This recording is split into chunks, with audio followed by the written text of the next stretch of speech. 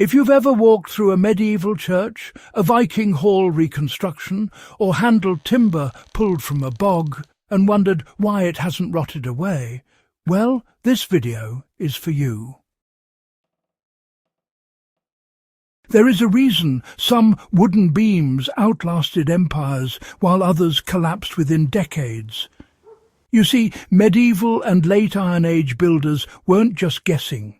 They followed methods refined through brutal trial and error, methods so effective that later authorities actively restricted or discouraged them because they interfered with taxation, forestry control, and industrial modernization. This wasn't folklore. It was chemistry, environment control, and instinctive material science developed centuries before laboratories existed. What makes this topic even more uncomfortable for modern builders is that many of these techniques outperform today's treated lumber when applied correctly, without relying on synthetic chemicals or factory processes. Stay with me, because within the next few minutes you'll understand why certain medieval preservation methods quietly disappeared, and how you can still apply them today if you know what you're doing. You know, medieval builders actually understood wood better than we do now. Medieval craftsmen didn't have the luxury of replacing structures every few decades. No, not at all. Timber had to last a lifetime, often several. Forest access was limited, transport was expensive, and failure meant starvation, exposure, or, well, structural collapse.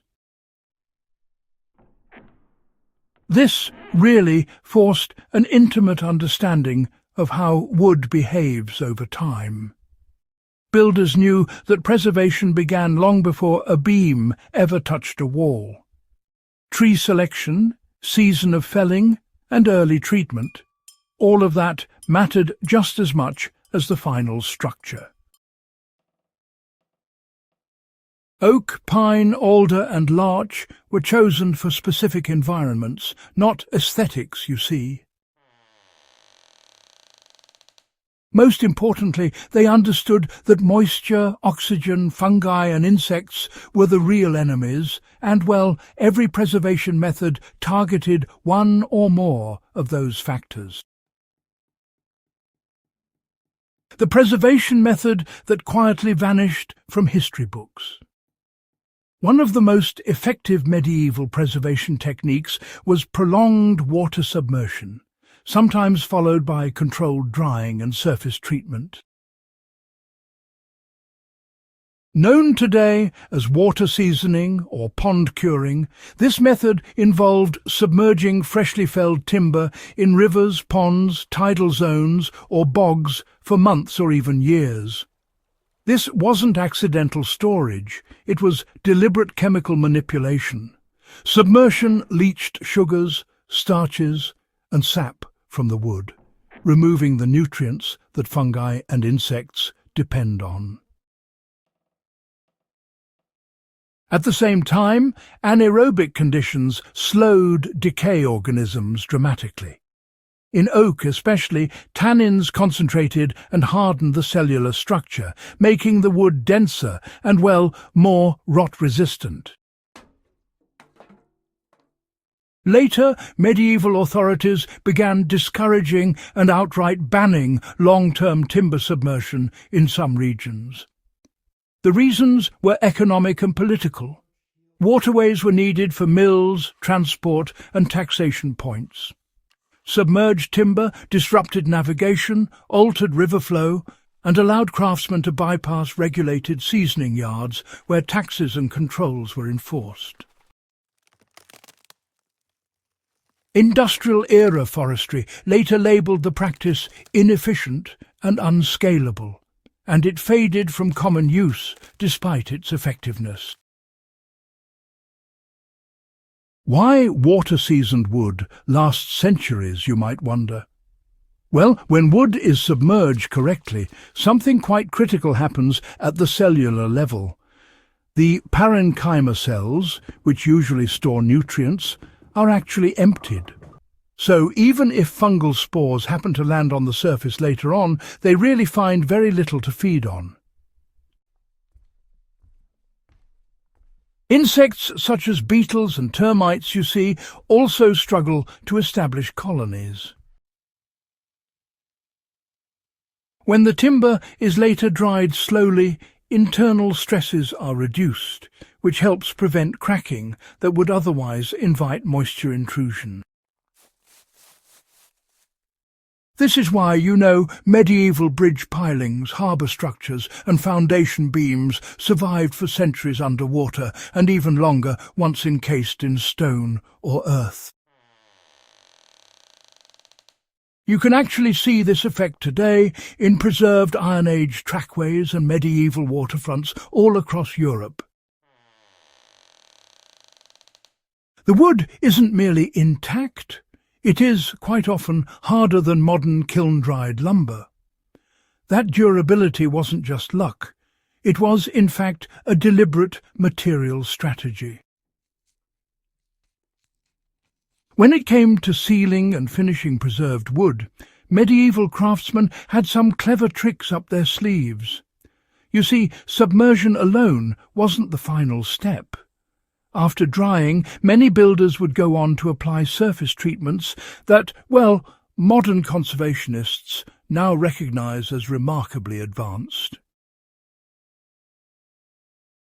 Pine tar, linseed oil, animal fats, and ash-based alkaline washes were all commonly used, depending on the region, of course. Pine tar, in particular, was a near-perfect preservative. It repelled water, inhibited fungal growth, and, interestingly enough, remained flexible even in cold conditions. Scandinavian shipbuilders relied on pine tar so heavily that, honestly, tar production became a strategic resource in its own right. Applying this knowledge today is, straightforward, but it does require a good bit of patience. Timber that's meant for ground contact can be submerged in clean, flowing water for several months and then dried slowly under cover. Once it's dry to the touch, but not brittle, you can brush on repeated applications of pine tar cut with raw linseed oil on warm days, which really allows for deep penetration. This method is still used quietly in traditional boatyards because, quite simply, it works. Now, why didn't authorities want this method to become widespread?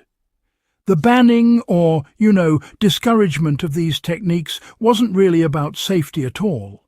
It was about control. Waterways were state assets.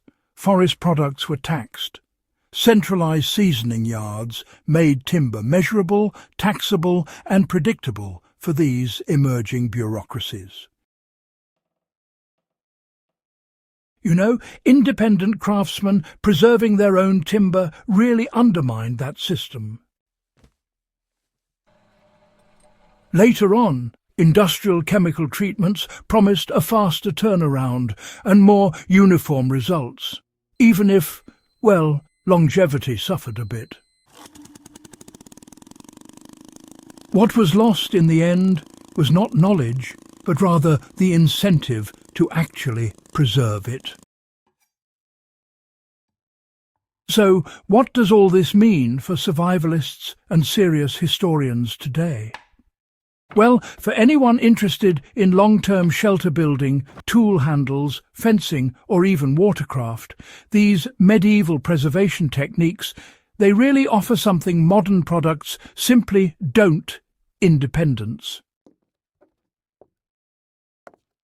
There's no pressure-treated chemicals, no reliance on factory processes, and no short lifespan to worry about. A properly water-seasoned and tar-treated beam can actually last for generations, as long as it's protected from that constant wet-dry cycling. This really matters if you're building off-grid.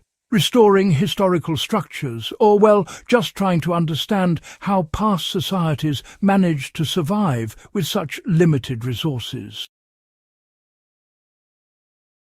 So, the real lesson here is not nostalgia. It's a respect for systems that evolved under pressure. Medieval builders weren't primitive. They were selective, empirical, and, well, ruthless about what worked. If this deep dive added something new to your understanding of historical craftsmanship and survival knowledge, subscribe to Iron Age Instincts and share this video with someone who still believes medieval people guessed their way through history. And keep these techniques alive by learning and applying them. Knowledge survives only when it's used.